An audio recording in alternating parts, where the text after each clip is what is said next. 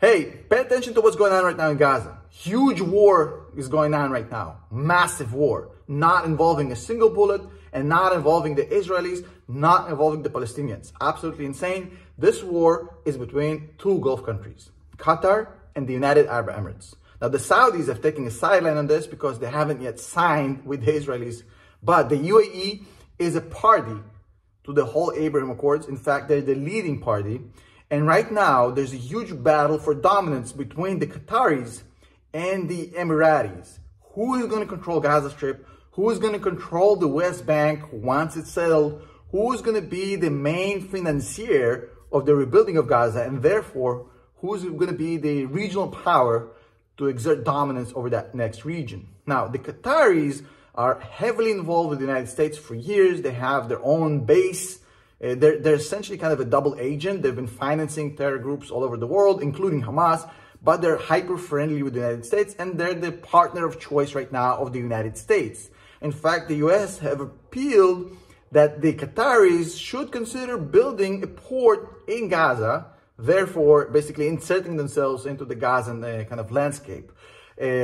Obviously, the Qataris are not in any shortage of money. They'll be happy to do it. So, of course, the answer is yes. But right now, the Emiratis, the UAE, the United Arab Emirates, is essentially saying to the United States, look, guys, we are a better partner for you to install in Gaza.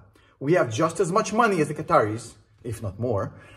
And we don't preach for the murder of Jews. We don't finance any terror activities. We completely overhauled our education system to take out any anti-Israeli, anti-Jewish stuff, anything. We completely are secularized, more or less, and we are appealing to this kind of liberal, let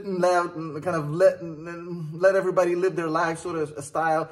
And we are willing to take over the administrative, the finance, and all this crap involving Gaza. We'll help with the aid, we'll help rebuild it, we'll help police it, and we have a guy. We have a guy from Gaza, a major Gazan leader who's insanely popular in Gaza. His name is Mohammed Dahlan.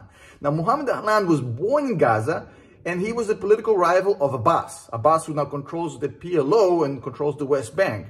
And he got banished, well, sort of banished, and he's now in the UAE, and he essentially became the right-hand man, consigliere to MBZ, the leader of UAE. And he's essentially the guy that they're saying, look, if we come in, we have more money than Qatar, if not way more money than Qatar. We don't have any affiliation with terrorist groups whatsoever. We never finance the Hamas. We never will. We don't teach and preach for hate. We are clean. You can work with us. You know we're solid. We want success. We want good business. We don't have any hidden agendas. And we have a guy, our guy, Mohammed Dahlan. He can take over, and he's hyper popular in the West Bank and in Gaza because he's originally from Gaza. And he's going to be valid and legitimate enough to take over. So we are a better partner.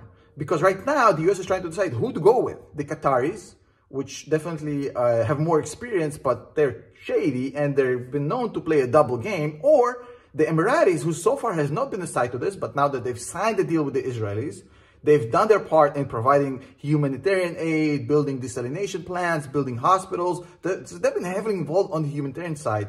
So right now, they're trying to show to the US, hey, we are the guys you should be working with. And guess what? The Israelis would much prefer working with the United Arab Emirates than with Qatar. Now, Qatar is well respected by the Israelis because of their relationship with the US and their ability to talk to Hamas. But the Israelis, make no mistake about it, prefer working with the UAE, hands down. So right now, there's this balance of power struggle because the Qataris are not one to give up, just roll over and let the UAE win. So you're going to see a lot of bashing, quiet bashing, between the UAE and Qataris about who gets to control Gaza, because now it's clear Israel is going to wipe out, they're going to take out Hamas, they're going to dominate, and then somebody who's not Israel will have to come in, clean it up, rebuild it, and take over and make it kind of denazify it from all this Jew hate, Israeli hate, and essentially create some sort of a prosperous country, hopefully, for the future of the Palestinians. The UAE is basically saying, look, we did it on our own land. We revamped our own education system. We've done it before. We have the money, the experience, and the people. Let us do it instead of Qatar. We'll see how the US responds to this.